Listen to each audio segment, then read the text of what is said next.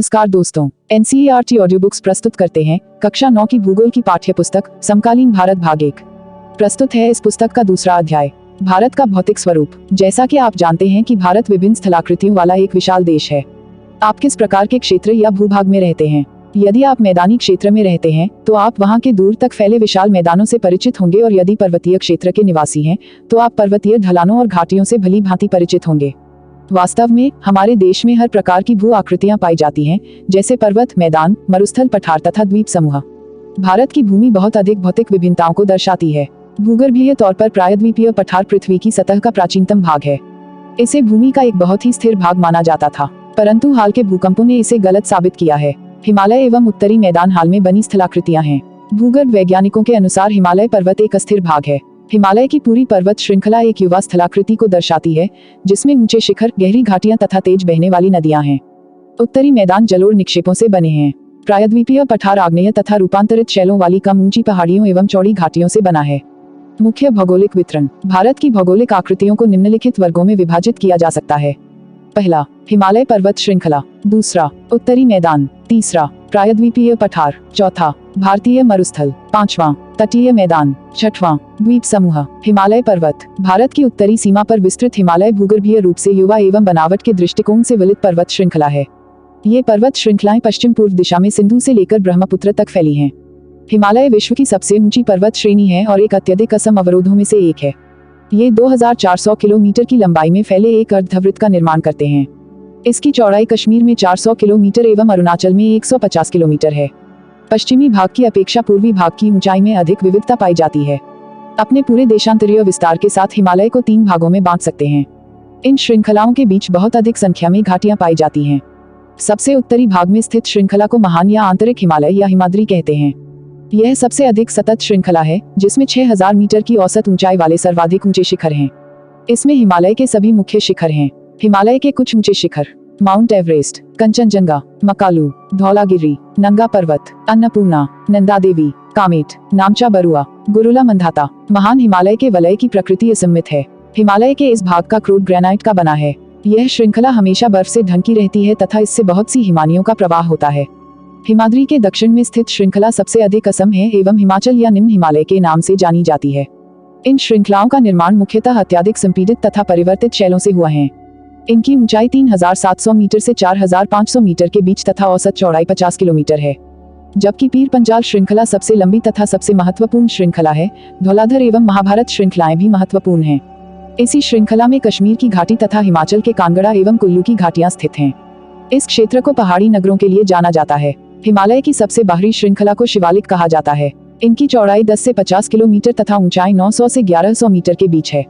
ये श्रृंखलाएं उत्तर में स्थित मुख्य हिमालय की श्रृंखलाओं से नदियों द्वारा लाई गई असपीडित अवसादों से बनी है। ये घाटियां बजरी तथा जलोढ़ की मोटी परत से ढकी हुई हैं। निम्न हिमाचल तथा शिवालिक के बीच में स्थित लंबवत घाटी को दून के नाम से जाना जाता है। कुछ प्रसिद्ध दून है देहरादून, कोटली दून एवं पाटली दून। इस उत्तर दक्षिण के अतिरिक्त हिमालय को पश्चिम से पूर्व तक स्थित क्षेत्रों के आधार पर भी विभाजित किया गया है। इन वर्गीकरणों को नदी घाटियों की सीमाओं के आधार पर किया गया है। उदाहरण के लिए सतलुज एवं सिंधु के बीच स्थित हिमालय के भाग को पंजाब हिमालय के नाम से जाना जाता है, लेकिन पश्चिम से पूर्व तक क्रमशः इसे कश्मीर तथा हिमाचल हिमालय के नाम से भी जाना जाता है। सतलुज तथा काली नदियों के बीच स्थित हिमालय के भाग को कुमाऊं हिमालय के नाम से भी जाना जाता है। काली तथा तिस्ता नदियां नेपाल हिमालय का एवं तिस्ता तथा दिहांग नदियां असम हिमालय का सीमांकन करती है। हिमालय के कुछ क्षेत्रीय नाम पता कीजिए। ब्रह्मपुत्र हिमालय की सबसे पूर्वी सीमा बनाती है। देहांग गाज के बाद हिमालय दक्षिण की ओर एक तीखा मोड़ बनाते हुए भारत की पूर्वी सीमा के साथ फैल जाता है। इन्हें पूर्वांचल या पूर्वी पहाड़ियों तथा पर्वत श्रृंखलाओं के नाम से जाना जाता है। ये पहाड़ियां उत्तर पूर्वी राज्यों से होकर गुजरती हैं तथा मजबूत बलुआ पत्थरों, जो अवसादी शैल है, से बनी है। ये घने जंगलों से ढकी हैं तथा अधिकतर समानांतर श्रृंखलाओं एवं घाटियों के रूप में फैली हैं। पूर्वांचल में पटकाई, नागा, मिजो तथा मणिपुर पहाड़ियां शामिल हैं। उत्तरी मैदान। उत्तरी मैदान 3 प्रमुख नदी प्रणालियों सिंधु, गंगा एवं ब्रह्मपुत्र तथा इनकी सहायक नदियों से बना है। यह मैदान जलोढ़ मृदा से बना है। लाखों वर्षों में हिमालय के गिरिपाद में स्थित बहुत बड़े बेसिन अर्थात द्रोणी में जलोढ़ों का निक्षेप हुआ, जिससे इस उपजाऊ मैदान का निर्माण हुआ है। इसका विस्तार 7 लाख वर्ग किलोमीटर के क्षेत्र पर है। यह मैदान लगभग 2400 किलोमीटर लंबा एवं 240 से 320 किलोमीटर चौड़ा है। यह सघन जनसंख्या वाला भौगोलिक क्षेत्र है। समृद्ध मृदा आवरण, पर्याप्त पानी की उपलब्धता एवं अनुकूल जलवायु के कारण कृषि की दृष्टि से यह भारत का अत्यधिक उत्पादक क्षेत्र है। उत्तरी पर्वतों से आने वाली नदियां निक्षेपण कार्य में लगी हैं।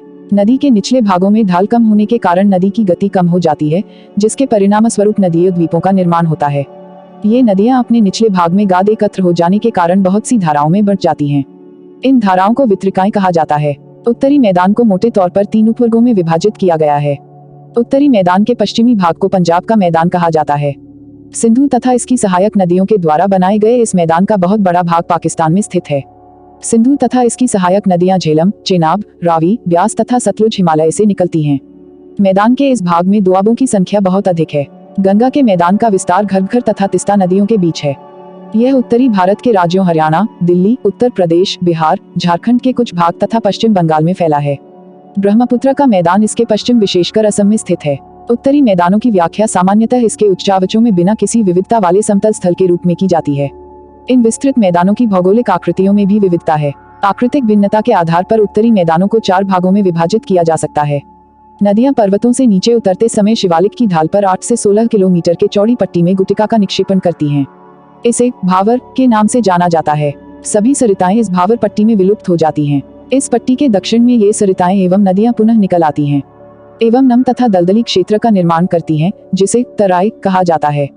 यह वन्य प्राणियों से भरा घने जंगलों का क्षेत्र था। बंटवारे के बाद पाकिस्तान से आए शरणार्थियों को कृषि योग्य भूमि उपलब्ध कराने के लिए इस जंगल को काटा जा चुका है। इसी क्षेत्र में दुधवा राष्ट्रीय पार्क स्थित है। उत्तरी मैदान का सबसे विशालतम भाग पुराने जलोढ़ का बना है। वे नदियों के बाढ़ वाले मैदान के ऊपर स्थित हैं तथा वेदिका जैसी आकृति प्रदर्शित करते हैं। इस भाग को भांगर के नाम से जाना जाता है। इस क्षेत्र की मृदा में चूनेदार निक्षेप पाए जाते हैं, जिसे स्थानीय भाषा में कंकड़ कहा जाता है। बाढ़ वाले मैदानों के नए तथा युवा निक्षेपों को खादर कहा जाता है। इनका लगभग प्रत्येक वर्ष पुनर्निर्माण होता है, इसलिए ये उपजाऊ होते हैं तथा गहन खेती के लिए आदर्श होते हैं। प्रायद्वीपीय पठार। प्रायद्वीपीय पठार एक मेज की आकृति वाला स्थल है जो पुराने क्रिस्टलीय, आग्नेय तथा रूपांतरित शैलों से बना है। यह गोंडवाना भूमि के टूटने एवं अपवाह के कारण बना था तथा यही कारण है कि यह प्राचीनतम भूभाग का एक हिस्सा है। इस पठारी भाग में चौड़ी तथा छिछली घाटियां एवं गोलाकार पहाड़ियां हैं। इस पठार के 2 मुख्य भाग हैं, मध्य उच्चभूमि तथा दक्कन का पठार।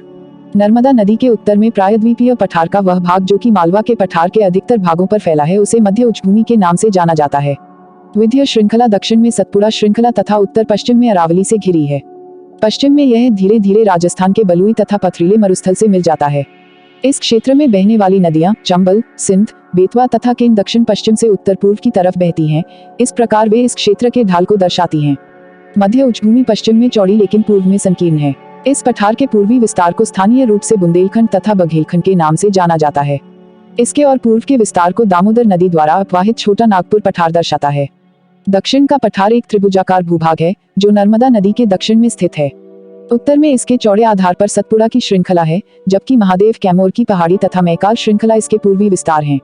भारत के भौतिक मानचित्र पर इन पहाड़ियों एवं श्रृंखलाओं की स्थिति को ज्ञात करें। दक्षिण का पठार पश्चिम में ऊंचा एवं पूर्व की ओर कम ढाल वाला है।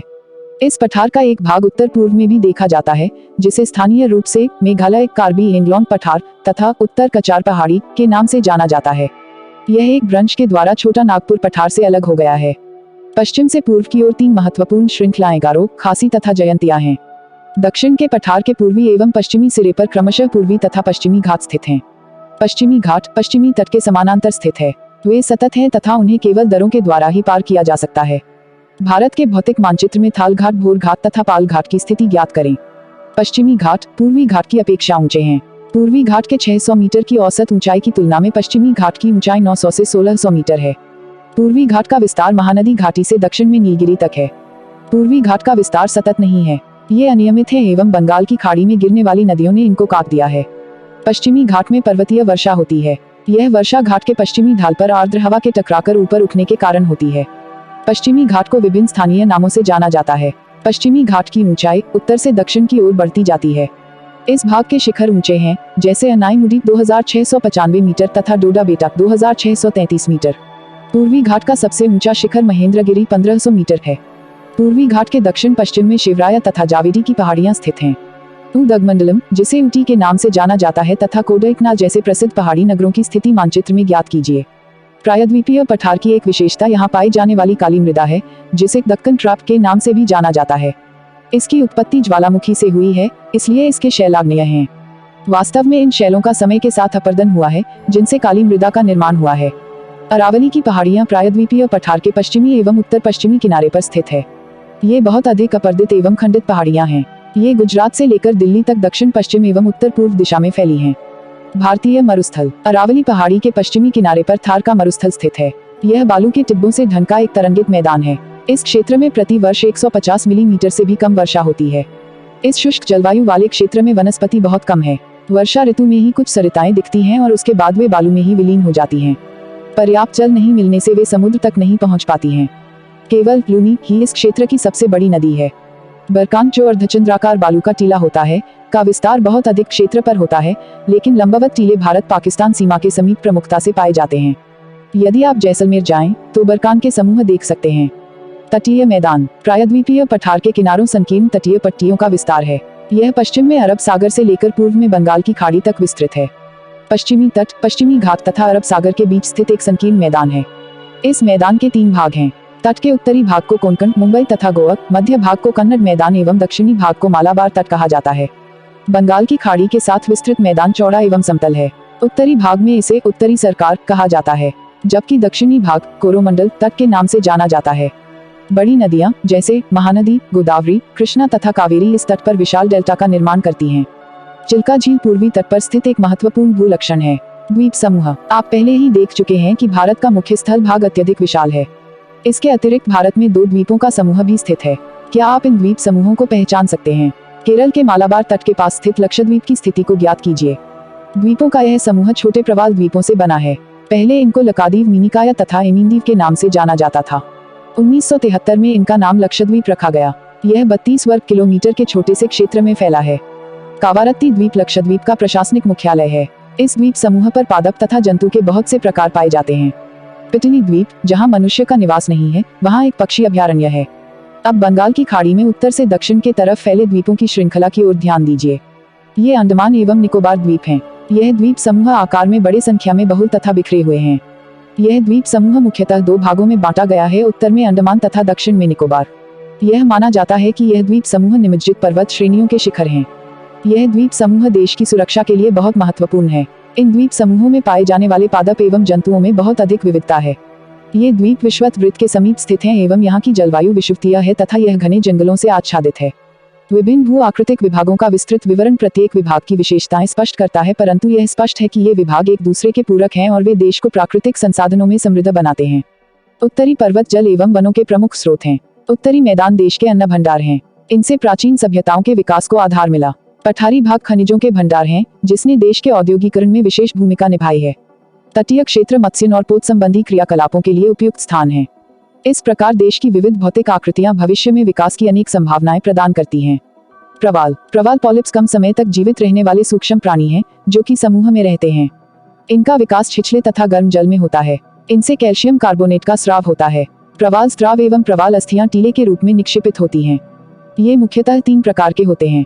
पहला, प्रवाल रोधिका। दूसरा, तटीय प्रवाल भित्ति तथा तीसरा, प्रवाल वलय द्वीप। ऑस्ट्रेलिया का ग्रेट बैरियर रीफ प्रवाल रोधिका का अच्छा उदाहरण है। प्रवाल वलय द्वीप गोलाकार या हॉर्सशू आकार वाले रोधिका होते हैं। हमारी पाठ्य पुस्तक का दूसरा अध्याय यहाँ समाप्त होता है। आपसे अनुरोध है कि इस ऑडियो बुक को ज्यादा से ज्यादा शेयर करें। इस ऑडियो बुक से संबंधित यदि कोई शिकायत या सुझाव हो तो आप हमें कमेंट बॉक्स में जरूर लिखें। आपकी प्रतिक्रिया हमारे लिए अति महत्वपूर्ण है, ताकि हम आपके लिए इस ऑडियो बुक को और भी बेहतर बना सकें। अब हम आपसे मिलेंगे इसी पाठ्य पुस्तक के अगले अध्याय में।